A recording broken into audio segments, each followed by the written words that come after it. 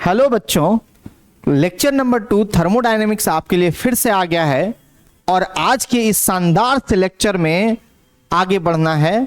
हम लोग पढ़ेंगे आज वर्क डन के बारे में इन आइसोथर्मल रिवर्सिबल एक्सपेंशन और उस पर आधारित या उस पर बेस्ड न्यूमेरिकल्स। आइए हम लोग देखते हैं क्या कहता है ये पॉइंट।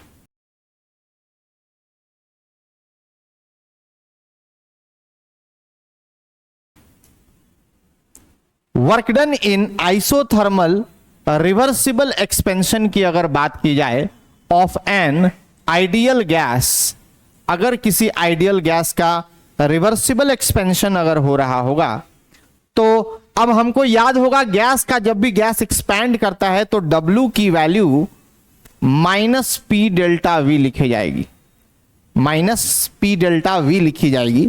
लेकिन अगर स्मॉल चेंज है तो W becomes DW and delta becomes dV। So dW बराबर हो गया माइनस ऑफ PdV। इसको तुम कह देना question number 1, sorry equation number 1। अब हम इस इक्वेशन 1 को इंटीग्रेट करेंगे, इंटीग्रेटिंग dW और PdV।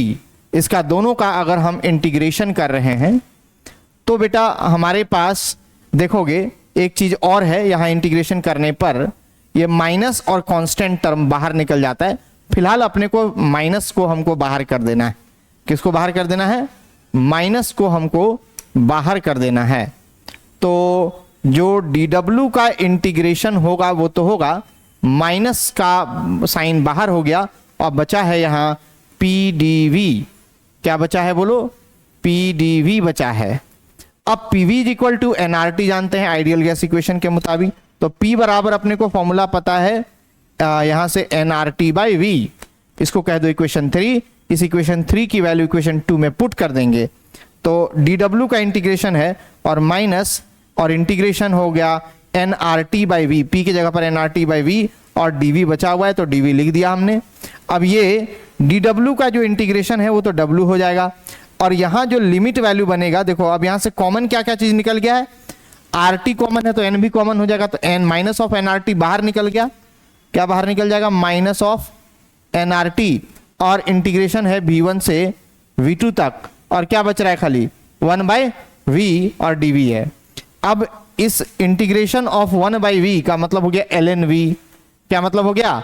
ln का मतलब होता है नेचुरल लॉग, जिसको कॉमन लॉग में अगर हम बदलेंगे तो कॉमन लॉग में लाने के लिए हम लोग वैल्यू लिखेंगे, ln का वैल्यू है 2.303 लॉग, उसको यहां पुट कर दो nRT V2 by V1। So finally W is equal to हमारे पास इतना आ गया, W बराबर क्या आ गया?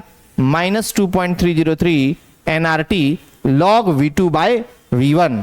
और अगर बॉयल्स लॉ के मुताबिक हम देखें तो वॉल्यूम इनवर्सली प्रोपोर्शनल प्रेशर के होता है, तो यानी कि हम सीधा सीधा लिख सकते हैं P1 V1 is equal to P2 V2। So V2 by V1 जो है P1 बाई P2 के बराबर है, यानी कि अगर प्रेशर के टर्म में हमसे पूछा जाएगा तो ये हो जाएगा आपका P1 बाई P2। क्या हो जाएगा? Log P1 by P2। यहां पर आप देख सकते हैं, ठीक है, वो गलती से मिस टाइप हो गया है, कोई दिक्कत नहीं है, आप समझ रहे हैं पूरी चीज को। ये अब वर्क डन हो गया in isothermal reversible expansion of an ideal gas. एकदम पहला काम हमने इंटीग्रेट किया, जो स्मॉल चेंज में इंटीग्रेशन हुआ, इसके बाद PV is equal to nRT में से P का वैल्यू निकाल करके हम पुट करेंगे। लिमिट वैल्यू V1 और V2 है और बाकी सारी प्रोसेस में आप देख चुके हैं। कुछ इंपॉर्टेंट नोट्स जो आपने अब तक सीखा है, आपने देखा है टोटल जो चेंज इन इंटरनल एनर्जी है डेल्टा U बराबर फॉर्मूला है Q प्लस W। अब इस W बराबर हम जानते थे माइनस P डेल्टा V, यानी हम सीधा सीधा लिख सकते हैं डेल्टा U बराबर Q minus P delta V। अब Q बराबर भी लिखा जा सकता है delta U plus P delta V। बड़ी इंपॉर्टेंट बात है, Q बराबर delta U plus P delta V। अगला लाइन कहता है कि अगर कोई आइडियल गैस में कोई आइसोथर्मल चेंज हो रहा हो, कैसा चेंज हो रहा हो? आइसोथर्मल चेंज होगा, तो ऐसे केस में delta U becomes equal to 0। तो यानी कि Q बराबर हमारे पास बचेगा, ये जो माइनस P डेल्टा V है, Q बराबर क्या बच रहा है? माइनस P डेल्टा V अब माइनस पी डेल्टा वी और कुछ नहीं W के बराबर है, तो Q बराबर अपने पास क्या बचेगा, W बचेगा। ठीक है, Q बराबर अपने पास देखो यहाँ पर माइनस W लिखा है, तो मतलब Q बराबर यहाँ पर हो जाएगा प्लस पी डेल्टा वी, तो Q बराबर माइनस W लिखा जा रहा है, Q बराबर माइनस W लिखा जा रहा है। Q बराबर देखो डेल्टा U का वैल्यू 0 है और यहाँ पर लिखा हुआ है प्लस पी डेल्टा वी, क्या लिखा हुआ है, प्लस पी डेल्टा वी। अब याद करो P delta minus P delta we W के बराबर, तो Q बराबर माइनस W लिखा हुआ है। ठीक, तो यही वाली चीज है। तो ये आप खैर नहीं भी लिखेंगे तो समझ में आ जाएगा क्या चीज है। सो दोबारा कह दे रहे हैं, अगर डेल्टा U ये वाला टर्म अगर 0 है तो Q बराबर क्या बचेगा बताओ, पी डेल्टा वी बचेगा। अब माइनस पी डेल्टा वी जो होता है W के बराबर होता है, तो यहाँ पर माइनस W हो गया। ठीक, आइसोथर्मल चेंज में। और अगर हमको बोलेगा कि भैया एडियाबेटिक चेंज बताइए, कैसा चेंज बताइए, एडियाबेटिक चेंज, तो वहां याद रखना है Q 0 है तो delta U becomes equal to W जो एडियाबेटिक होगा। आगे पॉइंट कहता है कि for isothermal expansion of an ideal gas against vacuum अगर होगा, यानी फ्री एक्सपेंशन होगा, तो बहुत अच्छी बात है, क्वेश्चन आया हुआ है बाबू, डेल्टा U 0 है, W 0 है, Q भी 0 है, क्योंकि ये सारे कंडीशन वैक्यूम के हैं। तो डेल्टा U 0, W 0, Q 0 तब जब आइसोथर्मल गैस एक्सपेंशन होगा अगेंस्ट वैक्यूम, तब की बातें। हाँ भैया, सवाल आया है, express the change in internal energy of a system when no heat is absorb by the system from the surrounding but work is done on the system. और सवाल पूछा है what type of wall does it have. आपको बताना है, यहां पर question ऐसा पूछा है कि भैया अगर वर्क डन आपको बोल रहा है अगर हीट एब्जॉर्ब नहीं है, मतलब Q की वैल्यू क्या है, 0 है। अगर Q की वैल्यू 0 है, किसकी वैल्यू 0 है, Q की वैल्यू अगर 0 है, ध्यान देंगे उसमें, और कह रहा है work is done on the system है, मतलब W की वैल्यू पॉजिटिव है, ऑन द सिस्टम है, तो W की वैल्यू क्या है, पॉजिटिव है। फिर कह रहा है कि बताइए कि किस टाइप का वॉल ये सिस्टम क्रिएट कर रहा है, किस टाइप का वॉल ये सिस्टम क्रिएट कर रहा है। तो अगर Q का वैल्यू 0 है, W जो है वो प्लस W है, तो डेल्टा U बराबर हम लोग जानते हैं Q प्लस W, हाँ या ना। तो डेल्टा U बराबर हमारे पास सिर्फ क्या बच रहा है, W। तो ये जब ऐसा रहेगा तो वो कौन सा वॉल को रिप्रेजेंट करता है, एडियाबेटिक वॉल को रिप्रेजेंट करता है। कौन सा वॉल को रिप्रेजेंट करता है बच्चे, एडियाबेटिक वॉल को रिप्रेजेंट करता है। अगला सवाल है, कह रहा है no work is done on the system. अब अगर सिस्टम में काम ही नहीं हुआ है, no work is done on the system है, यानी W का वैल्यू क्या बोल दिया है, 0 है, but Q amount of heat, लेकिन जो हीट है ना, it is taken out from the system, ये माइनस Q है, बाहर निकला है। What type of wall does the system has.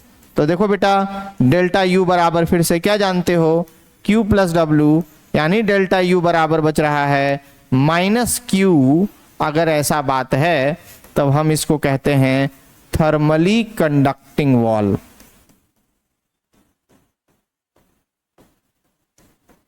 कैसा वॉल कहते हैं इसको हम लोग, थर्मली कंडक्टिंग वॉल कहेंगे।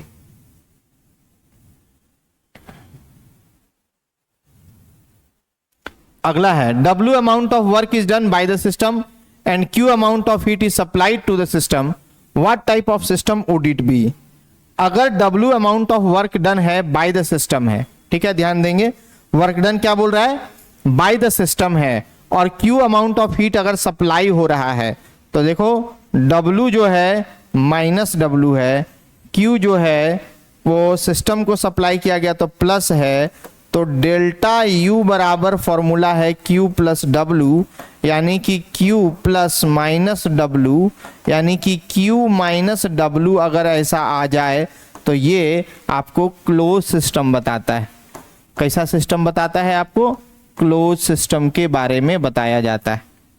3 चीजें आप अच्छे से समझ लें, अगर Q की वैल्यू 0 है और वर्क डन हो रहा है, हीट सप्लाई नहीं है पर वर्क डन हो रहा है तो एडियाबेटिक वाल होगा। अगर वर्क डन ही 0 है और हीट बाहर निकल गया है तब वो थर्मली कंडक्टिंग वॉल कहलाता है।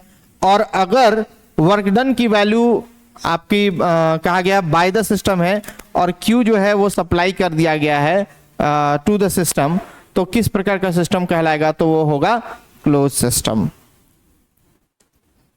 नेक्स्ट अगला सवाल कह रहा है कार्बन मोनोऑक्साइड इज, ध्यान देंगे क्वेश्चन पर ध्यान देंगे, कार्बन मोनोऑक्साइड को जो है वो अलाउ किया गया है किस चीज के लिए भाई, तो carbon monoxide is allowed to expand isothermally and reversibly from 10 meter cube to 20 meter cube at 300 kelvin and work obtained जो है इतना किलो जूल दिया हुआ है। तो calculate the number of moles of carbon monoxide. अगर आप ट्राई कर सकते हैं तो ट्राई कीजिए, हम फिर बता रहे हैं आपको। देखो क्वेश्चन आपको कह रहे थे हम कि वॉल्यूम V1 जो है वो 10 मीटर क्यूब दिया हुआ है, पहले देख लो आराम से, सही बोल रहे हैं सर, वॉल्यूम कितना दिया हुआ है 10 मीटर क्यूब है पहला वॉल्यूम। अब V2 जो है वो तुम्हारा 20 मीटर क्यूब दिया हुआ है और टेम्परेचर T जो है वो तुमको 300 केल्विन दिया हुआ है। एकदम आराम आराम से देखते जाओ, सब गिवन है तुम्हारे पास। वर्क डन जो है बाबू वो है 4.754 किलो जूल। ठीक, आपको निकालना क्या है बाबू, नंबर ऑफ मोल्स, ये निकालना है। अब W बराबर फॉर्मूला तुम क्या जानते हो, वर्क डन बराबर फॉर्मूला पता है, -2.303 nRT log V2 bye V1, यही वैल्यू हम जानते हैं। -2.303 n के जगह पर रहने देंगे खाली, r के जगह 8.314 और log 20/10 कर देना है, और ये है 4.754। अब यहां से कट करके 2 आया तो 4.754 बराबर -2.303 इंटू n इंटू 8.314 और log 2 की वैल्यू होती है 0.3010। यहां से अपने को क्या निकालना है, n निकालना है, जो तुम सॉल्व करके निकाल सकते हो। किलो जूल है, इसको जूल में बदल सकते हो इंटू 10 का पावर 3 करके और सॉल्व कर देना, सीधा सीधा 4754 कर देना, हो जाएगा वैल्यू 4754 बाई इतना एंड सॉल्व, n निकल जाएगा, नंबर ऑफ मोल्स निकल जाएंगे। ठीक ना, तो ये क्वेश्चन इस तरह से सॉल्व होगा। चलिए नेक्स्ट क्वेश्चन की तरफ बढ़ते हैं। देखो बेटा, अब अगला सवाल तुम्हारे पास जो आया है, कह रहा है कि उसमें 2 मोल है किसी आइडियल गैस का, ये इतना डिग्री सेल्सियस पर एटमॉस्फेरिक प्रेशर पर है एंड इट इज कंप्रेस्ड, समझ लो कंप्रेस्ड है, आइसोथर्मली और reversibly till final pressure of the gas is 10 atm। Calculate Q, W और डेल्टा V, ये 3 चीज आपको अलग अलग चीज निकालना है। ठीक है, गैस का नंबर ऑफ मोल्स आपको दे रखा है, कितना नंबर ऑफ मोल्स दे रखा है वो देख लो। n बराबर, हम शॉर्टकट में बातें कर देंगे, n बराबर कितना दे रखा है, 2 दे रखा है क्वेश्चन के अनुसार। टेम्परेचर जो है वो कह रहा है भैया हमको 27 डिग्री सेल्सियस है, तो 27 डिग्री सेल्सियस है मतलब 27 प्लस 273 करेंगे तो आ जाएगा वो कितना केल्विन, 300 केल्विन आ जाएगा। अब अपने को प्रेशर जो है वो दे रखा है 10 atm का, जो प्रेशर है वो कितना दे रखा है अपने को 10 atm का, पर वो भी कैसा प्रेशर कह रहा है वो भी पढ़ लो, final pressure of the gas.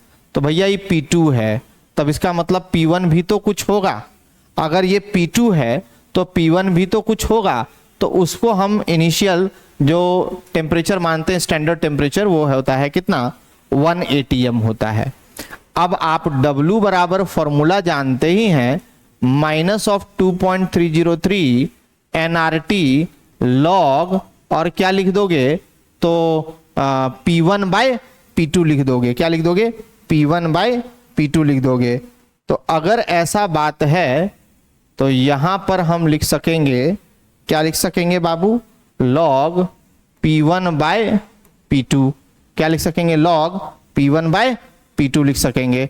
अब इसके जगह पर P1 P2 की वैल्यू पुट करेंगे वर्क डन निकल जाएगा हमारा।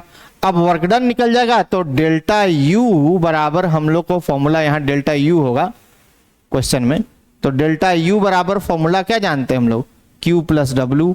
क्यू भी निकालना है अपने को, क्या निकालना है, Q निकालना है अपने को। तो Q हमारा कितना वैल्यू हो जाएगा जरा सोचो। देखो क्वेश्चन बोल रहा था अपने को आइसोथर्मल और रिवर्सिबल एक्सपेंशन है, तो उस समय डेल्टा यू का वैल्यू 0 हो जाएगा। किसका वैल्यू 0 हो जाएगा, आइसोथर्मल रिवर्सिबल एक्सपेंशन के केस में अगर कंडीशन बोल रहा है कि भैया आइसोथर्मल है तो डेल्टा यू बिकम्स व्हाट, 0। तो अगर ये 0 है तो बराबर Q प्लस ये कुछ वैल्यू आएगा W, जो भी आएगा, तो उसके बाद बराबर दे करके प्लस Q प्लस W है, तो W बराबर अपने को माइनस Q लिखा जा सकता है। ये आपका फाइनल आंसर होगा। पुट करना है, बस सॉल्व करना है, ठीक।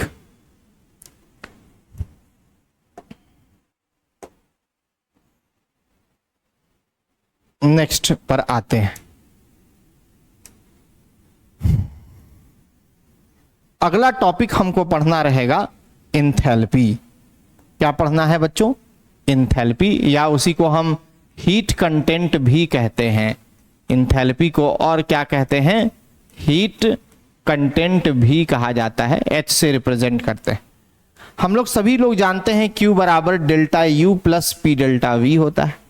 अगर कांस्टेंट वॉल्यूम की बात करें तो डेल्टा वी अगर 0 है तो Q बराबर डेल्टा यू बचेगा, है ना। Q एट कांस्टेंट वॉल्यूम की बात करेंगे, Q एट कांस्टेंट वॉल्यूम जो है वो डेल्टा यू के बराबर है। ऑल्सो W बराबर हम क्या जानते हैं, minus P delta we. First law of thermodynamics के मुताबिक Q बराबर हम लोग लिख सकते हैं डेल्टा यू, अब पी डेल्टा वी की जगह पर माइनस W कर दिया। तो heat capacity, heat at constant pressure की अगर बात करेंगे डेल्टा यू, माइनस W जो है वो किसके बराबर है, पी डेल्टा वी के बराबर है।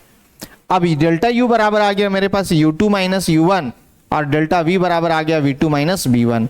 इस वैल्यू को हम लोग पुट करेंगे यहां पर, तो Q एट कांस्टेंट प्रेशर बराबर डेल्टा यू की जगह पर लिखेंगे U2 माइनस U1, अब P और डेल्टा V की जगह पर लिखेंगे V2 माइनस V1।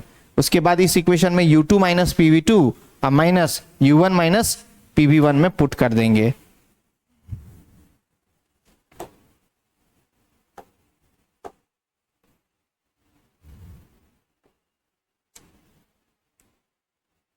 उसके बाद जो टर्म है U प्लस पीवी, इसको हम लोग इंथैल्पी ऑफ हीट कंटेंट भी कहते हैं। बोलो क्या कहते हैं, इंथैल्पी और हीट कंटेंट। तो H बराबर हमारे पास क्या वैल्यू आ गया, U प्लस पीवी आ गया। अब QP बराबर हो गया H2 माइनस H1, यानी QP बराबर हम H2 माइनस H1 को डेल्टा H लिख सकते हैं। तो इंथैल्पी चेंज जो होगा वो डेल्टा H बराबर, अब हम लोग लिख पाएंगे डेल्टा H बराबर जो है वो delta U plus P delta V। H बराबर U प्लस पी वी है, तो चेंज इन इंथैल्पी की बात करेंगे तो delta U plus P delta V लिख सकते हैं हम लोग। अब हम लोग का relation between heat of reaction है और eight constant pressure and that at constant volume, यानी QP और QV के बीच क्या रिलेशन है। तो QP बराबर हम लोग अभी भी पढ़ के आए हैं डेल्टा H के बराबर होता है, और QV जो है वो पहले ही पढ़ के रखे थे डेल्टा U के बराबर होता है। अब फॉर्मूला जानते हैं डेल्टा H बराबर delta U plus P delta V, तो डेल्टा U रहने दिए प्लस P और डेल्टा V को हम लिख दिए V2 माइनस V1। अगर ये हटा देंगे तो हम लोग ये हो जाएगा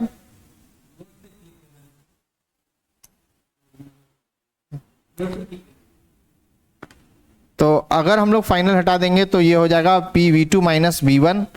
तो डेल्टा U, अब PV2 जो हो गया वो N2 RT हो गया, PV1 जो हो गया वो N1 RT हो गया। N2 माइनस N1 मतलब change in number of moles of gas है, सो डेल्टा NG लिख दिए और RT। सो डेल्टा H बराबर फॉर्मूला आया delta U plus delta NG RT। Very very important equation, तो इस पर आपको कमांड बनाना होगा। अब अगले सवाल की तरफ आते हैं, और सवाल क्या कह रहा है जरा उस पर गौर फरमाइए। अगर वाटर वेपर जो है assume to be a perfect gas and molar enthalpy change at 1 bar pressure and 100 degree Celsius, वो डेल्टा H का वैल्यू जो है वो 41 किलो जूल पर मोल है। तो calculate the internal energy change when 1 mole of water is vaporised at 1 bar pressure. Okay, तो अभी अभी आप फॉर्मूला पढ़े डेल्टा H बराबर delta U plus delta NG RT। आपको निकालना डेल्टा U है और डेल्टा H की वैल्यू हमको पहले से दे रखा है, और अगर हमने कहा है वाटर वेपर को गैस की तरह एज्यूम करने के लिए, मतलब जो डेल्टा एनजी की वैल्यू है वो हम लोग पहले कैलकुलेट करेंगे और फिर उसके बाद वहां पुट अप कर देंगे इक्वेशन में, ठीक है ना। क्वेश्चन को एक बार फिर से देख लो। क्वेश्चन जो आपसे डिमांड किया गया है उसको जरा समझ करके हम लोग बातचीत करेंगे, तब हमारे लिए ये क्वेश्चन आसान और बहुत ही आसान बात में समझा जाएगा।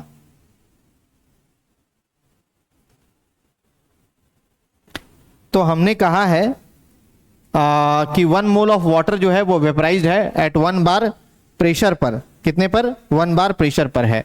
इस इक्वेशन को आप, पहला इक्वेशन को आप समझिए जरा, कैसे लिखेंगे इसको हम लोग, ये इंपॉर्टेंट है, ठीक है। सबसे पहला चीज की क्या रहा है कि वाटर जो लिक्विड फॉर्म में है ना, वो किस फॉर्म में बदल जा रहा है? गैस के फॉर्म में बदल जा रहा है। तो लिक्विड से गैस में अगर बदलेगा तो डेल्टा एनजी की वैल्यू जरूर आएगी। किसकी वैल्यू? डेल्टा एनजी की वैल्यू हमारे पास मिल सकता है, हम लोग निकाल सकते हैं। अब देखो वहां पर कितना मोल गिवन है, 1 मोल है, मतलब डेल्टा एनजी का वैल्यू कितना है? 1 मोल है। यही चीज अगर सॉलिड टू लिक्विड में कन्वर्ट हो रहा है या लिक्विड टू सॉलिड में कन्वर्ट हो रहा है, तो हम लोग वहां पर जो है, अगर इस तरह का केस रहे कि 1 मोल ऑफ वाटर जो है अगर वो चेंज हो जाएगा, तो सीधा सीधा हम लोग कह सकते हैं डेल्टा एनजी वहां 0 है, वहां number of moles of gas की कोई बात नहीं है, तो डेल्टा एनजी की वैल्यू हम लोग 0 रखेंगे। लेकिन जब लिक्विड टू गैस है तो वहां डेल्टा एनजी का वैल्यू पुट करना पड़ेगा। यानी अब हम लोग लिख पाएंगे डेल्टा एच बराबर फॉर्मूला क्या? Delta U plus delta n g R T. अब अपने को निकालना क्या है बाबू? डेल्टा यू निकालना है, और डेल्टा यू बराबर हो जाएगा delta H minus delta NG क्या? R T. यहां से पुट करके सॉल्व कर देना, पहला इक्वेशन निकल जाएगा। दूसरा क्वेश्चन बहुत इंपॉर्टेंट है, ये क्वेश्चन एग्जाम में जरूर आता है। बोला था कि भैया वाटर जो लिक्विड फॉर्म में है वो कन्वर्ट होकर के सॉलिड फॉर्म में बदल जाता है, आइस में बदल जाता है, और जब ऐसा हो जाए तब डेल्टा एनजी, क्योंकि number of moles of gas है ये नहीं है, इट विल बी 0, नहीं है ना, तो डेल्टा एच बाबू सिर्फ डेल्टा यू के बराबर होगा। बड़ी आसान सा आंसर है। ओके, चलिए next.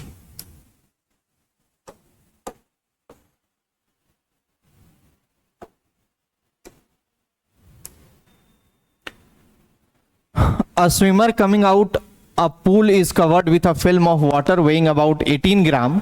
How much heat must be supplied to evaporate this water at 198 Kelvin? Calculate the internal energy of vaporization at 100 degree Celsius और डेल्टा एच नॉट वेपराइजेशन की वैल्यू 40.66 किलो जूल पर मोल दी गई है। बहुत ही simple सा सवाल है। इस क्वेश्चन में आपको स्विमर जो है वो आपके पास कह रहा है कि स्विमर जो है वो कुछ क्या करके ले रखा है, फिल्म ऑफ लेयर रखा है, तो नंबर ऑफ मोल्स यहां तुमको निकालना पड़ेगा बेटा। क्या निकालना पड़ेगा? नंबर ऑफ मोल्स तुमको सॉल्व करना पड़ेगा। और इसको कैसे सॉल्व करोगे देखोगे, एन जो है वो आपको निकालना पड़ेगा। गिवन मास 18 ग्राम है, मोलर मास पानी का 18 होता है, कट के कितना आएगा? 1 आ जाएगा। उसके बाद आप बाकी क्वेश्चन को आपको डेल्टा यू निकालना है, just put it, solve it, एकदम आपसे बनेगा 100%। ये क्वेश्चन आप वही फॉर्मूला से पुट करोगे, डेल्टा एच बराबर delta U plus delta n g R T. ये क्वेश्चन आपके लिए है, इसको सॉल्व करना है। ओके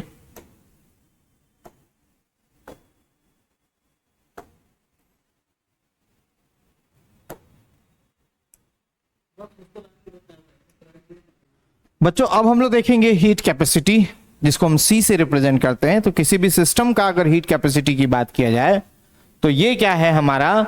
तो it is the amount of heat required to raise the temperature of system through कितना degree? 1 degree Celsius. So C बराबर फॉर्मूला आप देख सकते हो Q bye T2 minus T1 है, जिसको हम T2 माइनस T1 मतलब डेल्टा T लिख सकते हैं। सो Q बाय डेल्टा T हमारा हीट कैपेसिटी बन गया। अब हीट कैपेसिटी क्या है ये तो जान गए, अब जानना है हमको स्पेसिफिक हीट कैपेसिटी, जिसको CS से रिप्रेजेंट करते हैं। तो ये क्या है? Amount of heat required to raise the temperature of, देखो स्पेसिफिक है मतलब अमाउंट भी स्पेसिफिक होगा, कितना? 1 ग्राम, टेम्परेचर कितना? 1 डिग्री सेल्सियस। तो इसको हम स्पेसिफिक हीट कैपेसिटी के नाम से जानते हैं। Then after we will discuss about molar heat capacity, यानी CM क्या है? Again amount of heat required to raise the temperature of 1 mole of substance through 1 degree Celsius. तो Cm बराबर होता है C/n। दो तरह की मोलर हीट कैपेसिटी होती है, heat capacity eight constant volume और दूसरा heat capacity eight constant pressure. ये दो अलग अलग आपका पॉइंट रहेगा। बढ़ते हैं फिर हम लोग नेक्स्ट पेज की तरफ। Heat capacity eight constant volume के बारे में हम लोग देखते हैं क्या चीज है। पहले सीवी के बारे में कहता है heat supply to a system to raise its temperature through 1 degree Celsius keeping the volume of the system remains constant, है ना, वॉल्यूम को कांस्टेंट रखना है और इसी को हम heat capacity eight constant volume कहते हैं। फर्स्ट लॉ के मुताबिक Q बराबर delta U plus P delta V जानते थे। अगर स्मॉल चेंज है तो dQ बराबर du प्लस PdV लिख पाएंगे, इसको इक्वेशन 1 कर दो।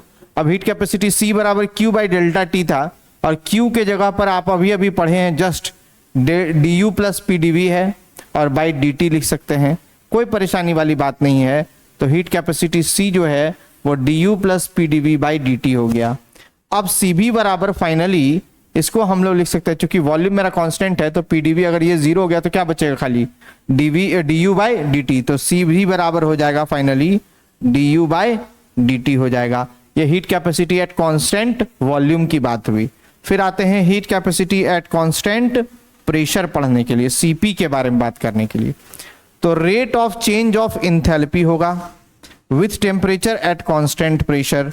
तो Cp बराबर हो जाएगा du by dt at constant pressure P plus P dV by dt है। अब H बराबर फॉर्मूला जानते हैं इंथैल्पी, H बराबर फॉर्मूला है U प्लस PV। क्या फॉर्मूला है, H बराबर U प्लस PV।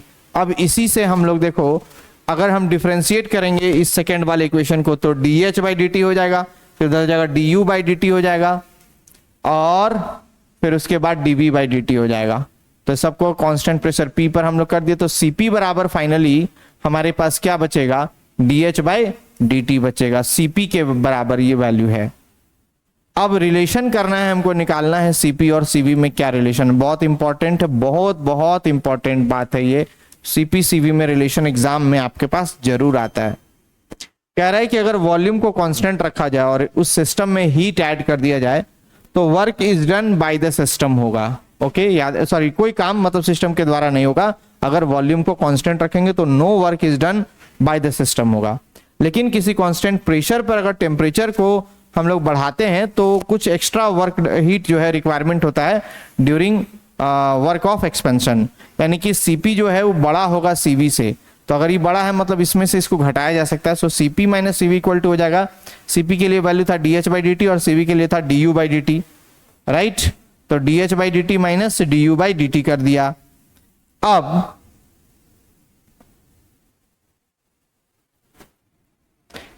तो Cp minus Cv equal to dH by dt minus du by dt कर दिया। तो H बराबर हमारे पास वैल्यू है U plus PV। Ideal gas equation के मुताबिक PV इज इक्वल टू हम लोग क्या पढ़े हैं, nRT। n मतलब number of moles of gases है। अगर गैस की संख्या मान लो नंबर ऑफ मोल 1 है तो PV इज इक्वल टू क्या आएगा हमारे पास, RT आएगा। अब इसी इक्वेशन को हम H बराबर U प्लस RT पुट कर दिए, PV की जगह पर क्या लिख दिया हमने, RT। अब H अगर डिफरेंशिएट करेंगे तो H को हम क्या लिखेंगे, dH बाई dt। U को डिफरेंशिएट करेंगे तो क्या लिखेंगे, du बाई dt। और यहाँ R कांस्टेंट है, बाहर हो गया, और dt बाई dt। तो ये गया नानी घर बाबू, तो dH by dt minus du by dt plus R। तो बाबू एकदम साफ साफ है, Cp माइनस Cv जो है वो किसके बराबर है, R के बराबर है। Cp माइनस Cv जो है वो किसके बराबर है, R के बराबर है। ये हमारा फाइनल इक्वेशन आया, Cp minus Cv is equal to R। अब हम लोग को बात करना है Cp बाई Cv के लिए क्या रिलेशन है और गैस की एटॉमिसिटी हम कैसे निकालते हैं। तो देखो अगर किसी मोनो एटॉमिक गैस की बात की जाए तब Cp बाई Cv का वैल्यू आता है 1.66। ठीक है, Cp का वैल्यू 5/2R होता है और Cv का वैल्यू 3/2R होता है। दोनों को डिवाइड करोगे तो मोनो एटॉमिक गैसेस के लिए, जो नोबल गैसेस हैं, उनके लिए वैल्यू आता है 1.66। फिर उसके बाद डायटोमिक गैसेस होंगे जैसे H2, O2, CO, NO, ये सब, इसके लिए वैल्यू आता है 1.40। और ट्राई एटॉमिक गैस के लिए अगर हम बात करेंगे CO2 होगा, यहाँ पर ट्राई एटॉमिक गैस है, CO2 है या सिंपली O3 है। ठीक है, CO2 लिखो या O3 लिखो, ये सब गैस। तो उसके लिए ये वैल्यू होगा 1.30। तो डायटोमिक गैस, ट्राइएटोमिक गैस और मोनोएटोमिक गैस, बोलो क्या क्या बोले हम लोग। मोनोएटोमिक गैस के लिए CpCv की वैल्यू कितनी बताया गया है, Cp/Cv। मोनोएटोमिक के लिए 1.66, Cp/Cv। डायटोमिक के लिए कितना बताया गया है बाबू, तो 1.40। और ट्राइएटोमिक के लिए जो CpCv की वैल्यू है उसका रेशियो कितना होगा, 1.30। That's it. ये आपको पूरा क्लियर रहना चाहिए, बस एक बार ये खत्म तो खत्म हो गया, एकदम कॉन्सेप्ट पूरा क्लियर रहना चाहिए। नेक्स्ट अगला सवाल देखिए, 5.6 decimetre cube of an unknown gas at STP requires 52.25 joule of heat to raise its temperature by 10 degree Celsius at constant volume. Calculate Cp, Cv and atomicity of the gas. बहुत ही बढ़िया question है, इस question को आप जरूर try कीजिए, देखिए अगर आपसे बनता है तो। फॉर्मूला आपको पता है, बस उसी फॉर्मूला पर पुट करना है, जल्दी से बनाइएगा।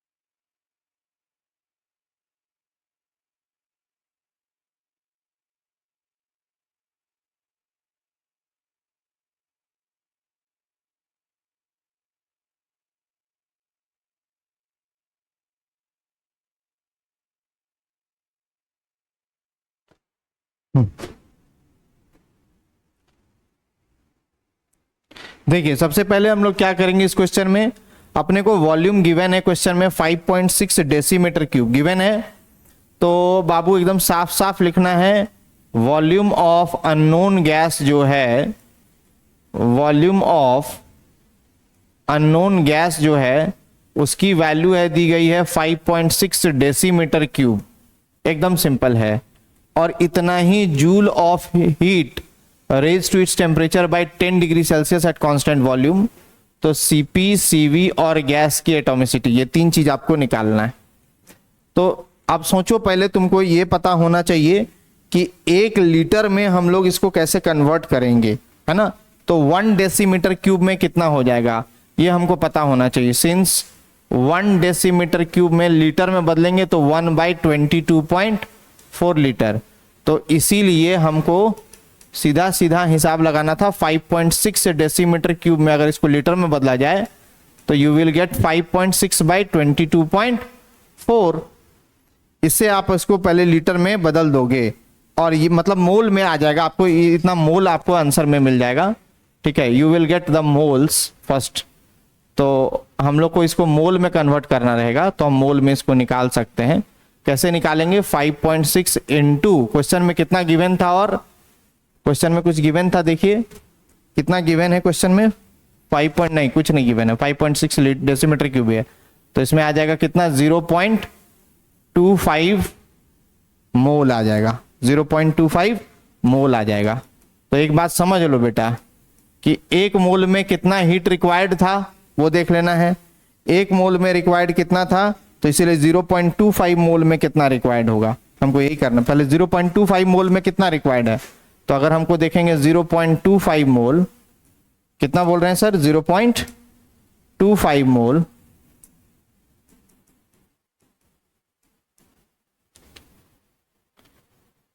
Eight constant volume requires heat, कितना हीट का रिक्वायरमेंट है, तो कितना बताया था 52.25 जूल। तो इसीलिए 1 में कितना होगा 52.25 बाय 0.25 है, राइट। 1 में अपने पास इतना आएगा, इसको सॉल्व कर लेंगे तो इतना जो भी निकलेगा वो Cv के इक्वल हो जाएगा।